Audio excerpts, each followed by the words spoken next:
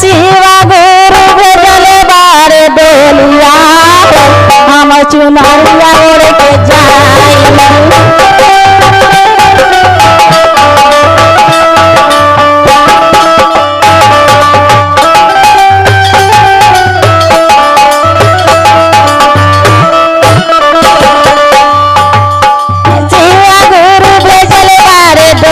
हम चुनरिया ओढ़ के जाई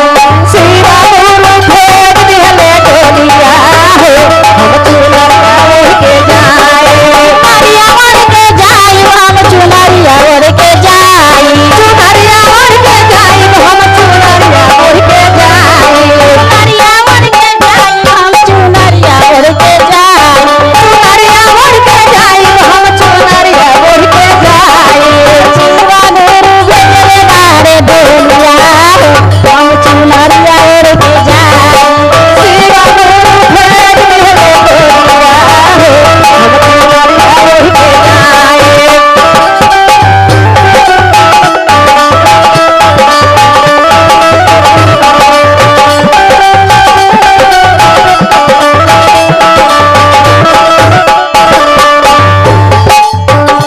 इतना ना कैसे जब ऊपर से बोलाहट आ गई जाए के तो बोल ले बा हम तो लड़की चुनरिया ओढ़ के जाही के बा तो देखिए एकरा बाद का भई काहे दादी सानी रोज काहे खातिर बेटावा काहे खातिर सामी रोई काहे खातिर बेटावा काहे दादी सानी रोज काहे खातिर बेटावा काहे खातिर सामी रोई काहे खातिर बेटावा काहे दादी रोए है पतैया हम चुनरिया ओढ़ के जाई काहे खातिर रोए है पतैया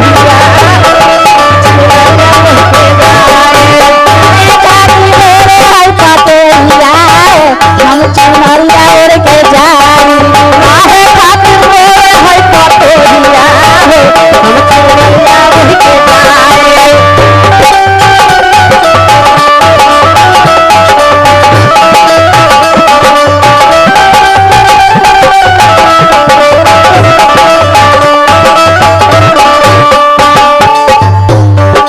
सब कोई एक खातिर दहिया खातिर तक केहू नहीं थे ई चले जैसे कोई अपने अपना खातिर रोवेला हम अपने खातिर रोवेनी काय खातिर चलो का नाम बताओ बीजे कुशवाहा चले हमारा बीजे गुरु भाई के पत्नी है। अच्छा वहाँ से बड़े बखरी बाजार से चले बड़ा नजदीके के बाने महादेव के खुशी बना रहो कि पति और पत्नी के रिश्ता जुड़े रहो और महादेव के कीर्तन भजन में चलत रहे। चले का कहले सेवा खातिर सामी रोज धन खातिर बेटावा सेवा खातिर सामी रोई धन खातिर बेटावा सेवा खातिर सामी रोज धन खातिर बेटावा सेवा खातिर सामी रोई धन खातिर बेटावा अनवा खातिर रोए है पतैया चुनरिया ओढ़ के जाई खातिर रोए पतैया हम चुनरिया ओढ़ के जाई अनवा खातिर रोए है पतैया चुनरिया ओढ़ के जाई खातिर रोए है पतैया हम चुनरिया ओढ़ के जाई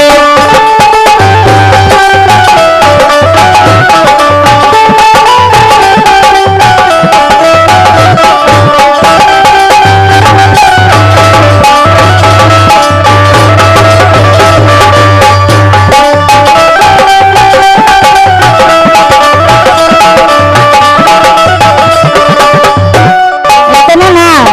आगे बैठ कर रोता लो का भाई देखी सजिया बैठी सामी रोज दुआरा बैठी बेटावा सजिया बैठी सामी रोज दुआरा बैठी बेटावा सजिया बैठी सामी रोज दुआरा बैठी बेटावा सजिया बैठी सामी रोज दुआरा बैठी बेटावा नंगवा बैठी रोए है पतैया हम चुनरिया ओढ़ के जाई हम चुनरिया ओढ़ के जाई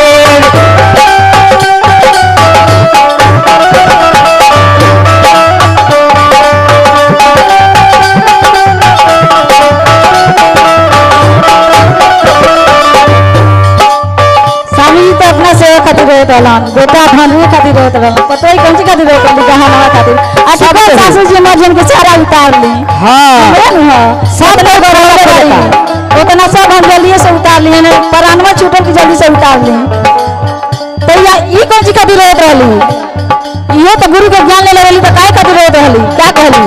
कैसे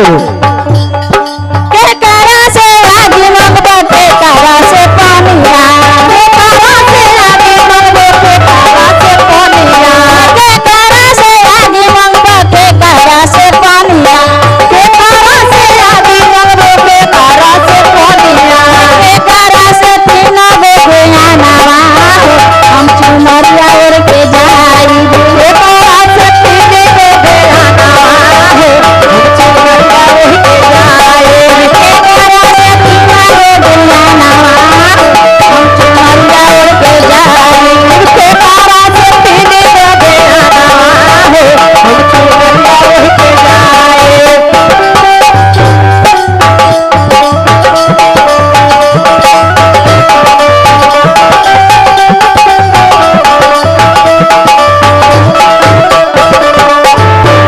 गुरुजी से अरज लगोले रहली कि आई अब तो चल दहनी घाटे पर जोड़ाई वाला गुरुजी के चले कम का काम कर दे रहे का कहली चले नमरपुरा से चल के बने गोठनी में परगमंडी के रखे हमारा गायत्री दीदी से बहुत आशीर्वाद मिलल। हम चाहब के गुरु के आशीर्वाद यहाँ के बना रहो कि घर परिवार खुशहाल रहे। का कहली ओइ के मिलल कैसे हाँ इधर खातिर हाँ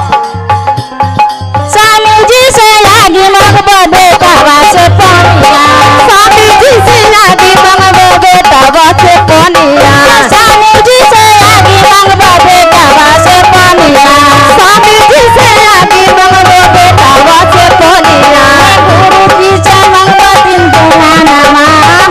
हम चुनरिया ओर के जाई, गुरु जी से मंगबो बेटावा